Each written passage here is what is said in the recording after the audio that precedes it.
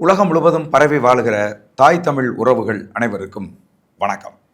நம்ம இன்னைக்கு சோழன் சொல்வீச்சு வலையொலியில் இந்தியாவில் இருக்கிற நகரங்கள்லேயே மிகவும் அழுக்கான நகரம் எது என்கிற கேள்விக்கு ஒரு அதிர்ச்சிகரமான தகவலை இந்திய சுகாதாரத்துறை அறிவித்திருக்கிறது. அதாவது தமிழ்நாட்டில் இருக்கிற மதுரை நகரம்தான் இந்தியாவிலேயே மிகவும் மோசமான அழுக்கான குப்பையான நகரம் என்று அறிவித்திருக்கிறது. இது குறித்து தான் பேசப் போகிறோம்.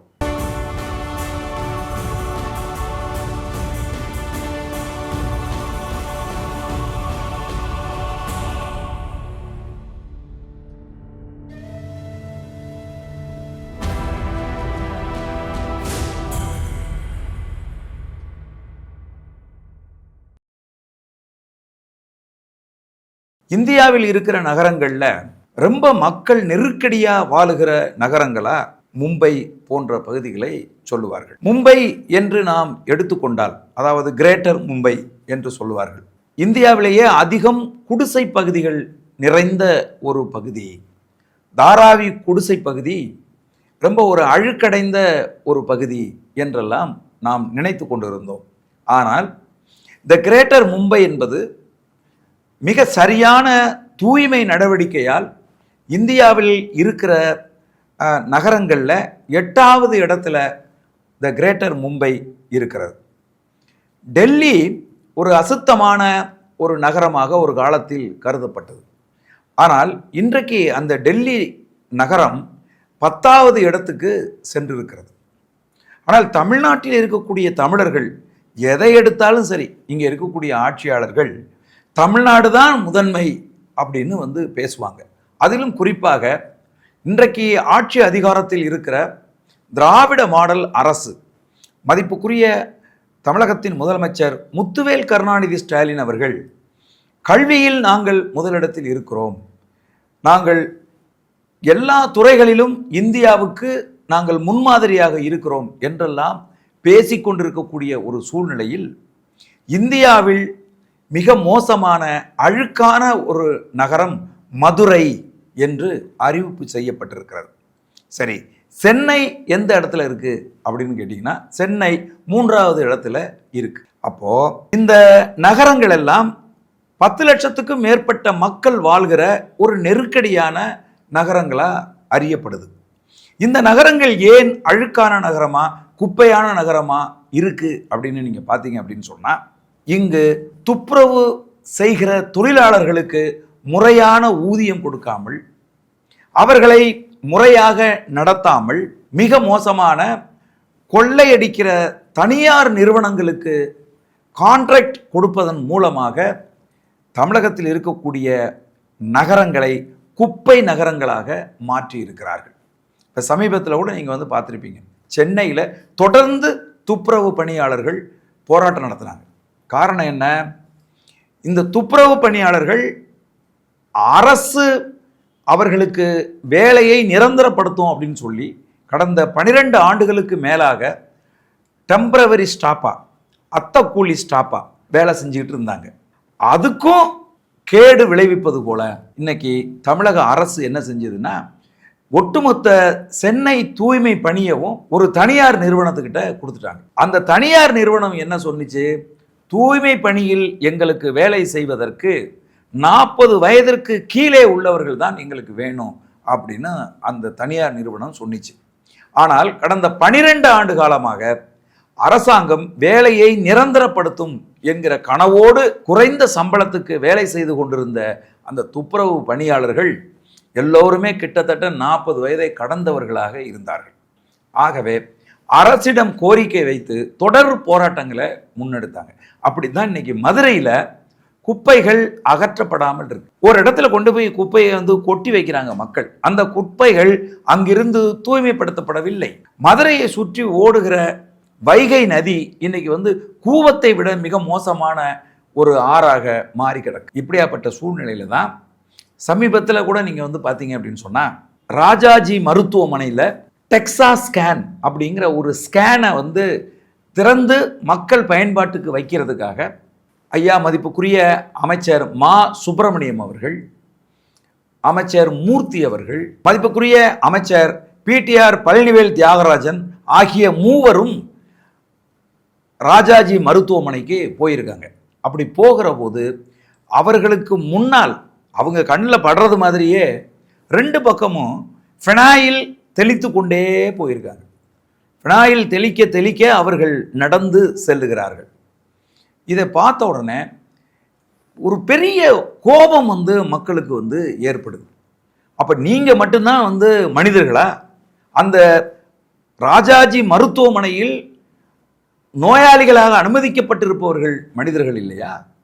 அவர்களுடைய உறவினர்கள் அங்கு போய் கொண்டிருக்கிறார்கள், அவர்கள் மனிதர்கள் இல்லையா என்கிற கேள்வி எழுது. அப்ப அவ்வளவு அசுத்தமாக ராஜாஜி மருத்துவமனை இருக்கிறதா?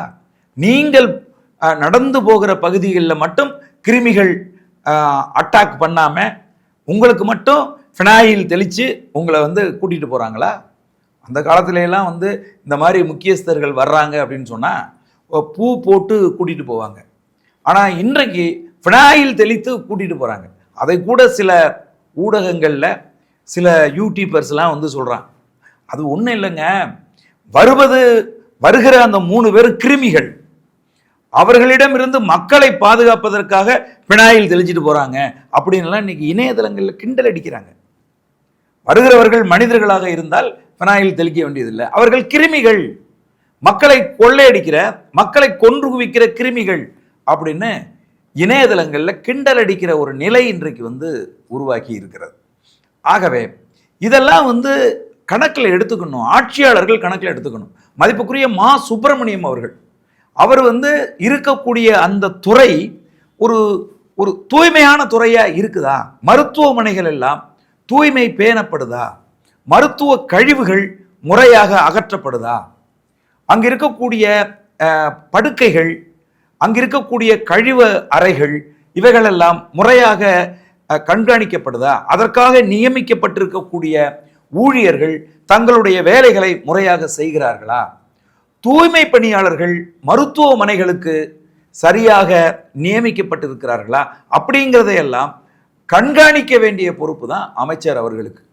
ஆனால் இன்றைக்கு தமிழ்நாட்டில் இருக்கக்கூடிய இந்த சுகாதாரத்துறையில் இருக்கக்கூடிய அமைச்சர்கள் எல்லாம் எல்லாருமே சும்மா போட்டோவுக்கு போஸ் கொடுக்கறது, சும்மா தேவையில்லாத விஷயங்களை முன்னெடுத்து பேசுவது, இதைத்தான் இன்றைக்கு செய்து கொண்டிருக்கிறார்கள். அந்த வகையில் தான் நம்ம மதிப்புக்குரிய ஐயா மா சுப்பிரமணியம் அவர்களும் ஒரு 5 ஆண்டு காலமாக அந்த துறையில் அமைச்சராக இருக்காங்க. 5 ஆண்டு நிறைவு பெற போகிற ஒரு நேரத்தில் மதுரை ராஜாஜி மருத்துவமனைக்குள்ளே அவர் போகும்போது அவர் கண்ணுக்கு முன்னாடியே ஃபினாயில் அடிச்சுக்கிட்டு போகிறாங்க. அப்போ அவர் கூப்பிட்டு கேட்டிருக்கணுமா இல்லையா? எதுக்குப்பா ஃபினாயில் அடிக்கிறீங்க? இதுக்கு அப்போ இந்த சுத்தமாக வச்சு இல்லையா நீங்கள்? நான் வர்ற இடத்துல மட்டும்தான் நீங்கள் ஃபினாயில் அடிப்பீங்களா? அப்போ மக்கள் எப்படி வேணாலும் இருக்கலாமா? இது தவறு, இது ஏற்புடையதில்லை, முதல்ல அந்த பக்கம் போ அப்படின்னு சொல்லி ஒட்டுமொத்த மருத்துவமனையினுடைய சுகாதாரத்தையும் அமைச்சர் அவர்கள் உறுதி செய்திருக்க வேண்டும். ஆக மக்களை பற்றி எந்த கவலையும் இல்லாமல் நீங்கள் பார்த்தீங்கன்னா அமைச்சர் ஒரு இடத்துக்கு வர்றாரு, முதலமைச்சர் ஒரு இடத்துக்கு வர்றாருன்னா உடனே பார்த்தீங்கன்னா இராணுவ நடவடிக்கையாக அந்த இடத்த ரோட்டெல்லாம் கூட்டுவாங்க. ரோட்டெல்லாம் கூட்டி தூய்மைப்படுத்தி ரோட்டோட 2 பக்கமும் பார்த்தீங்கன்னா ப்ளீச்சிங் பவுடரை வெள்ளையாக அப்படியே ரவுண்டாக வச்சுட்டு போவாங்க. அதாவது கிருமிகளில் இருந்து பாதுகாக்கிற ப்ளீச்சிங் பவுடர் அது. இப்போ நம்ம என்ன கேள்வி கேட்குறோம், முதலமைச்சர் வந்தால் தான் இதை செய்வீங்களா? அமைச்சர் வந்தால் தான் இதை செய்வீங்களா? எப்போவுமே அந்த பகுதியை தூய்மைப்படுத்தி ப்ளீச்சிங் பவுடர் போட்டு எப்போவுமே வைக்க மாட்டிங்களா? நம்முடைய மேயர் அவர்கள் கேட்டாங்கல்ல, என்ன பான்ஸ் பவுடராக போட முடியும் அப்படின்னு கேட்டாங்கல்ல. அந்த மாதிரி இந்த திமுக அரசு என்பது மக்களை பற்றி கவலைப்படாமல் தங்களை பற்றி மட்டுமே கவலைப்படுகிற ஒரு அரசாக இன்றைக்கு இருக்குது. அதனால தான் திமுக அரசுல இந்தியாவே கேலி செய்கிற அளவுக்கு தமிழர்களுக்கு ஒரு மிகப்பெரிய தலக்குனிவை ஏற்படுகிற வகையில் சென்னை 3வது இடத்துல ஒரு அசுத்தமான நகரம் அப்படின்னு இன்னைக்கு பேர் வாங்கியிருக்கு. மதுரை இந்தியாவிலேயே மிக மோசமான அழுக்கான நகரம், அசுத்தமான நகரம் என்று பெயர் வாங்கியிருக்கு. அங்கே எதுக்கெடுத்தாலும் பயங்கரமாக பேசுகிற சு வெங்கடேசன் அவர்களுக்கு மார்க்சிஸ்ட் கம்யூனிஸ்ட் கட்சியினுடைய நாடாளுமன்ற உறுப்பினராக இருக்கிற வெங்கடேசன் ஐயா அவர்களை பார்த்து நான் கேட்குறேன், 5 வருஷத்துல 2வது தடவையா நீங்க வந்து எம்பியா இருக்கீங்க. என்ன செஞ்சு கிழிச்சிங்க மதுரையை? மதுரையை ஒரு அழுக்கான நகரமா மாத்துனது தவிர நீங்க வேற என்ன செஞ்சிருக்கீங்க?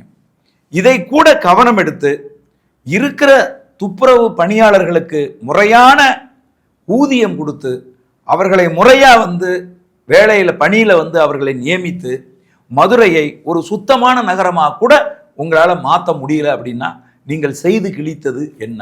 இந்த கேள்வி மக்கள் மத்தியில் எழுகிறதா இல்லையா? யோசிச்சு பாருங்க.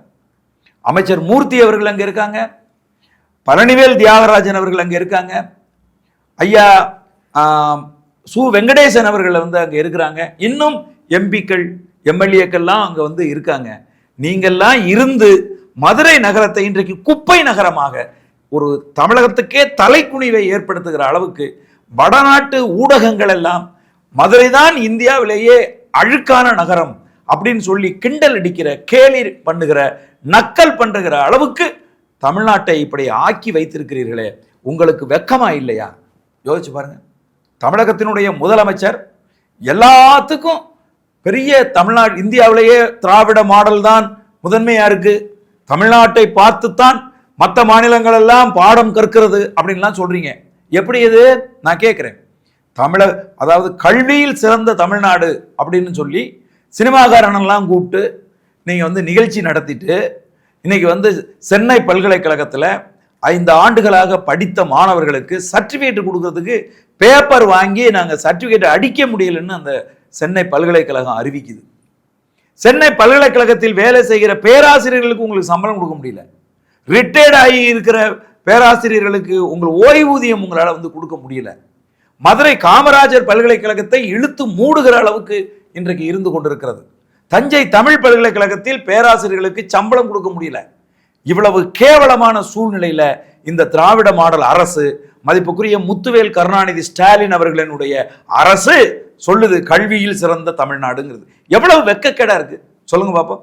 இன்னைக்கு இந்தியாவில் முதல் இடத்துல வந்து போதைப் பொருள் கடத்துறதுல, போதைப் பொருள் புழக்கத்தில் முதல் இடத்தில் தமிழ்நாடு இருக்கு. இதெல்லாம் வந்து எவ்வளவு அசிங்கம், எவ்வளவு வெக்கக்கேடு. அதனால தமிழக அரசு மக்கள் மேல வந்து கவனம் செலுத்துங்க.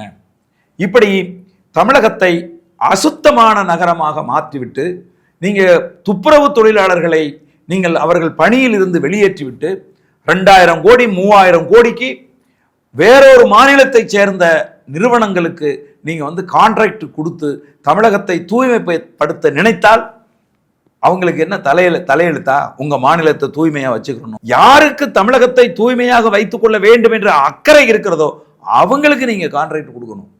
தமிழ்நாட்டில் இருக்கக்கூடிய நிறுவனங்களுக்கு நீங்கள் கான்ட்ராக்ட் கொடுத்துருக்கணும். இன்றைக்கு வந்து சென்னையினுடைய மேயராக இருக்கிற மதிப்புக்குரிய அம்மா பிரியா ராஜன் அவர்கள் ஒரு மிகப்பெரிய தலைக்குனிவை இன்னைக்கு வந்து ஏற்படுத்தியிருக்காங்க. சென்னையை வந்து இந்தியாவிலேயே 3வது அழுக்கான நகரமாக மாற்றிருக்காங்க. இது ரொம்ப அவங்களுக்கு அவங்களுடைய வாழ்க்கையில் ஏற்பட்டிருக்கிற ஒரு மிகப்பெரிய ஒரு பின்னடைவு, வருத்தத்துக்குரிய ஒரு விஷயம். இங்க வேலை செய்து கொண்டிருந்த துப்புரவு பணியாளர்களை எல்லாம் மிகப்பெரிய கொடுமைக்கு உட்படுத்திவிட்டு சென்னை நகரத்தை இந்தியாவின் 3வது மிகப்பெரிய அழுக்கு நகரமாக மாற்றி இருக்கிறார் சென்னையினுடைய தந்தையாக இன்றைக்கு இருந்து கொண்டிருக்கிற மதிப்புக்குரிய அம்மா பிரியா ராஜன் அவர்கள். ஆகவே தமிழக அரசு இன்னைக்கு வந்து இறுதி கட்டத்தில் நீங்க வந்து ஏங்கிட்டு இருக்கீங்க. இப்பதான் நீங்க என்னென்ன கவனம் செலுத்தல. இன்றைக்கு திமுக அரசு இறுதி கட்டத்தில் இயங்கி கொண்டிருக்கிறது. இப்பொழுதுதான் வெளிவந்து கொண்டிருக்கிறது எந்தெந்த இடத்திலெல்லாம் நீங்கள் கவனம் செலுத்தவில்லை, எப்படியெல்லாம் இந்த மாநிலத்தை நீங்கள் பின்னடைவு அடைய செய்திருக்கிறீர்கள் என்பது இன்றைக்கு வெளிவந்து கொண்டிருக்கிறது. ஆகவே இந்த இறுதி கட்டத்திலாவது தமிழக மக்கள் மீது அக்கறை கொண்டு முறையாக செயல்பட வேண்டும். நீங்க அமைச்சர் போற இடத்துல மட்டும் பினாயில் தெளிச்சுக்கிட்டு போனா பத்தாது. ஒட்டுமொத்த தமிழகத்துக்கும் பினாயில் தெளிக்க வேண்டிய நிலைமையை நீங்கள் உருவாக்கி வைத்திருக்கிறீர்கள் என்பதை நீங்கள் உணர்ந்து கொள்ளுங்கள். அதற்கான நடவடிக்கைகளை உடனடியாக எடுத்துங்க. டெல்டா மாவட்டம் முழுசும் விளைஞ்ச நெல்லை நீங்க வந்து வாங்கல, மழையில நனைஞ்சு டெல்டா மாவட்ட விவசாயிகள் எல்லாம் இன்றைக்கு பாதிக்கப்பட்டு நிற்கிறார்கள். டாஸ்மார்க்கு திறந்து வச்சு குடிச்சு இந்தியாவிலேயே அதிகம் விதவைகள் இருக்கிற ஒரு மாநிலமா தமிழ்நாட்டை மாத்திருக்கீங்க. இதையெல்லாம் சரி செய்து உங்கள் ஆட்சியை நீங்கள் நிறைவு செய்ய வேண்டும் என்று தாழ்மையோடு வேண்டுகிறேன். நன்றி, வணக்கம்.